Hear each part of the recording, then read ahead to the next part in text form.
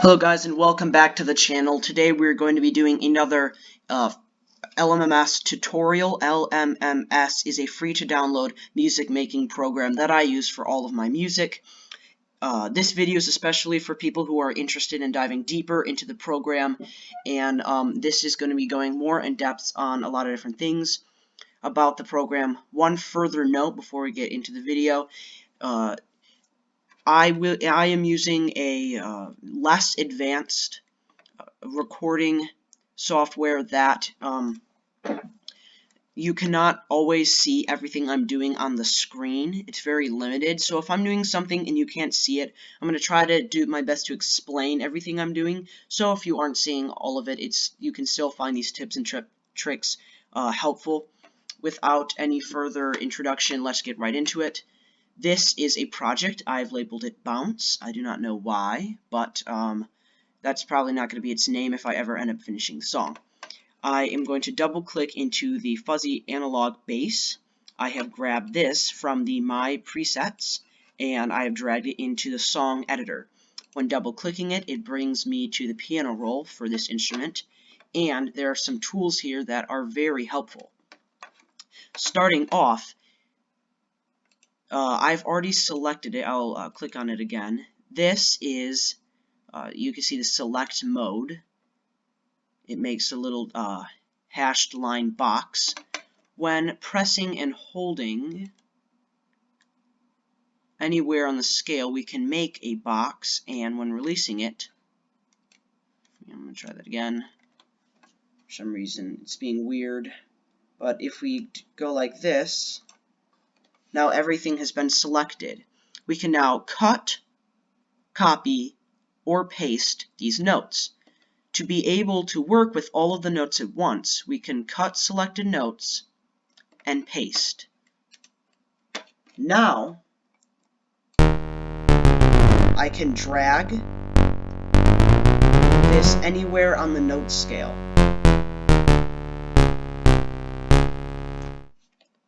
And I can paste, so now I have two.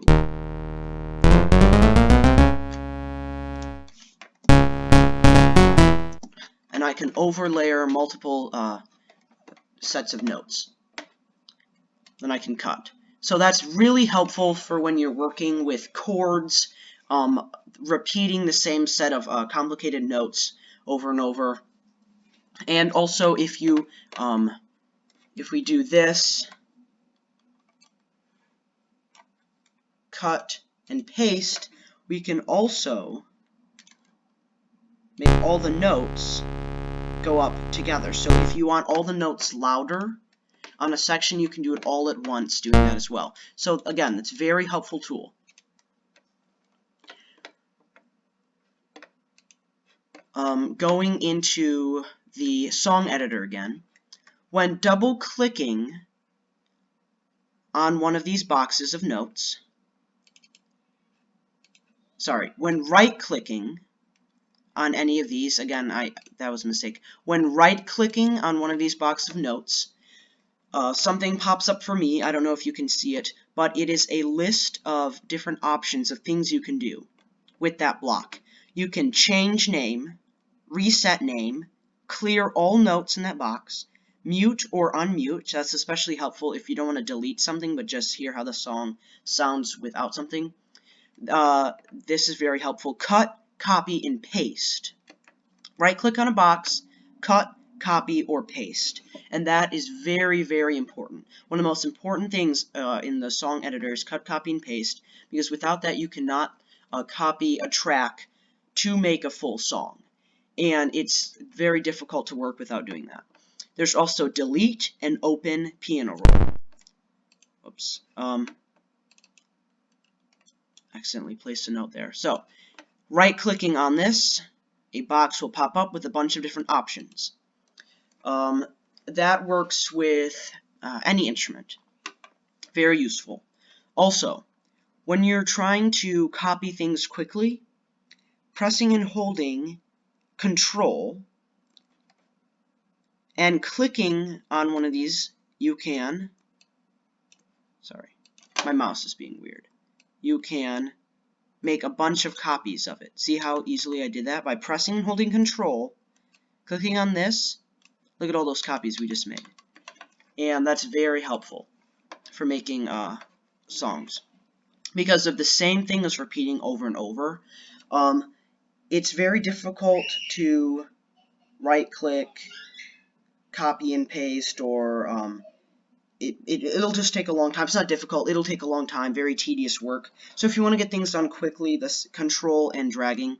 Also, if you click on something, it'll say current position 5.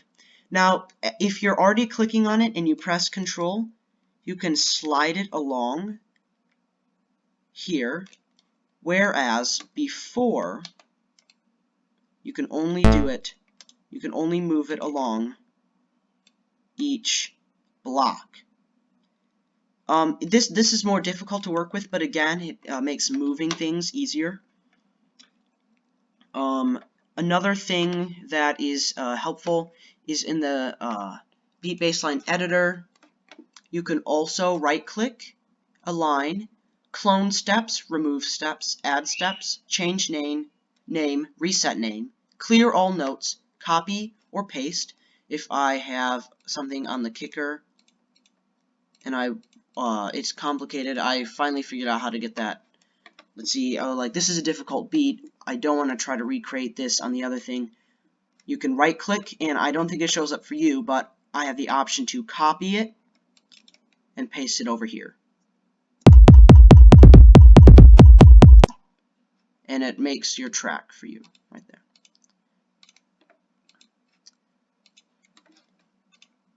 And also, when we are working with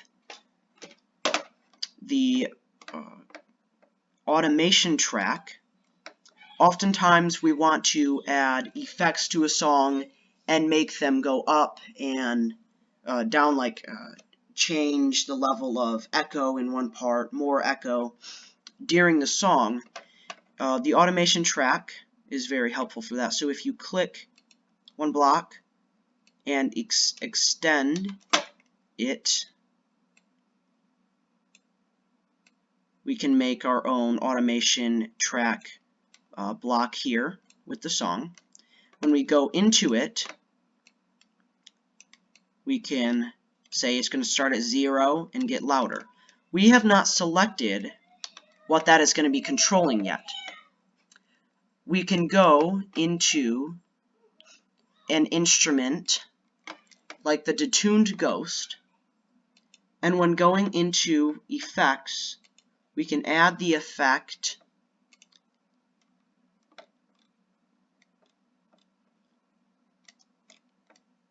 calf reverb. Now, I do not think the effects page will show up in the recording, but all you need to know is clicking add effect, there will be a list of effects that you can use. My favorites, I think I'll cover effects in another video, but one of my favorites is the calf reverb effect. This giving a nice echo. Clicking the calf reverb effect controls, we can then see calf reverb, decay time, room size, dry amount, wet amount, diffusion, pre-delay, bass cut. All of these are things that we can control with this instrument. Again, pressing Control, clicking the wet amount, dragging this to the automation track, we now have the automation track controlling the wet amount of the, I say wet amount, that's what it says, that just controls the how much echo you're getting, how much reverb. And in here, we can say, let's start with no echo, and we'll slowly raise it up, that when it gets to the last beat, it will have full echo. This probably won't sound that great. Probably won't sound all that great, but let's just try that.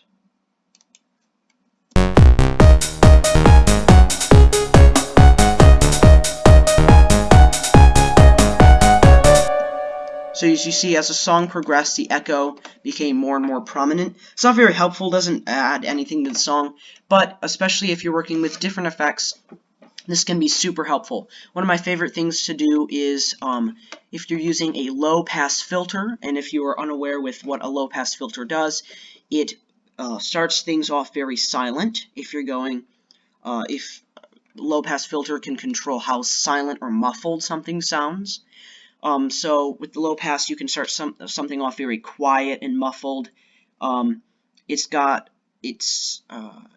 And then you can raise it up louder and louder until it's playing at full volume. And it's different than just raising the volume because of like the muffle effect it gives it.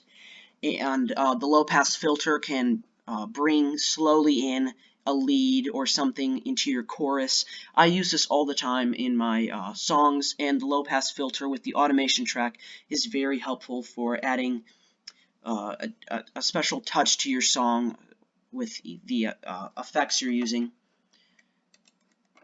So moving on, up here we have the tempo / BPM, beats per measure.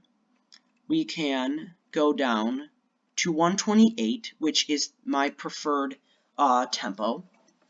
There is also all of these features, things you can do up here. These are very important.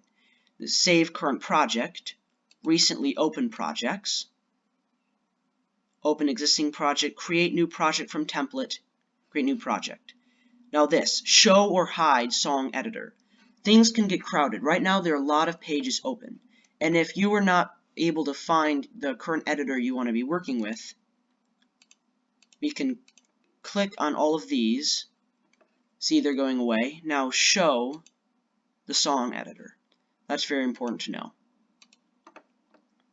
Up here are the instrument plugins.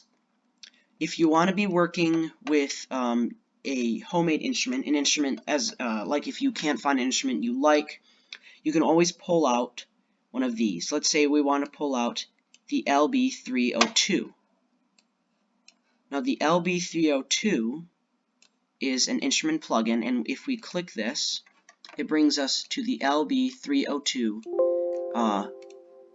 page. I call it page, it's probably not the word for it. And we can mess with the slide, decay, cut. We can give it different waveforms, changing the instrument, how it sounds, adding effects, layering, stacking, giving it chord, octave. And if we click this, we save the instrument, and we can save it in a file accessible by LMMS. So you can create a whole page of homemade instruments. And especially if you can't find anything you like, if you're thinking of a very specific sound, you can mess around with some of these instrument plugins and make your own sounds. So this has been a very interesting video. Sorry, my mouse has been kind of weird, and there's probably a lot of things you can't see, but hopefully from what I've said and explained, you have been able to learn more about how to use this program. There's still more things I could cover, but with this and the last video, you're probably set with being able to make music. Again, this program is free. It's relatively easy once you get the hang of it, and once you have some proper instruction. I did not have instruction. It took a while for me to learn. But you do still need to have some knowledge of chord structure, like tempo in your head, especially when you're working with beats, how to make good beats. That comes from experience with music. This program is not for everyone, but if you have experience with music and you have watched tutorials like this on how the mechanics of the program work, you should be set and you should be able to make some pretty cool music. So please subscribe if you've not already, and please share the video to create support for the channel, and thank you guys so much for watching.